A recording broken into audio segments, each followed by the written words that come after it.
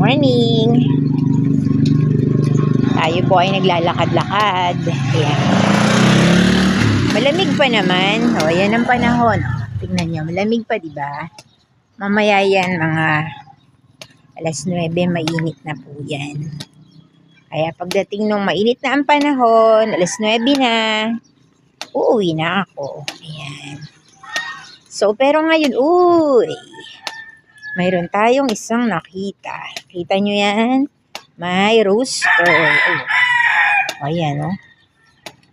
Binabati kayo ng rooster.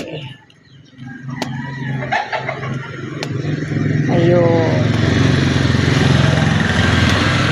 So, may rooster.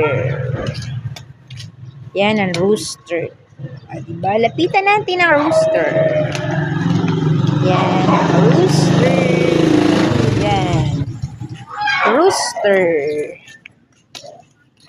Lakad na ulit tayo, guys. Nakita nyo po yung rooster. Yan. Manok na panabong.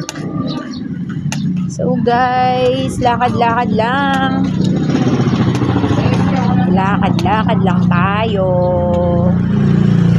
Ayan. Lakad lang po.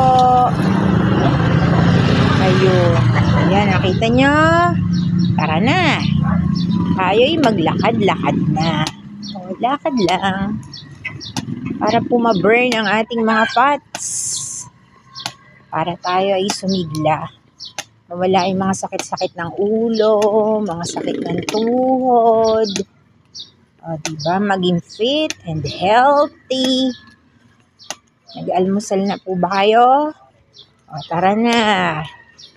Pagka po nakapag-almusal na tayo, lakad na tayo. Ayan.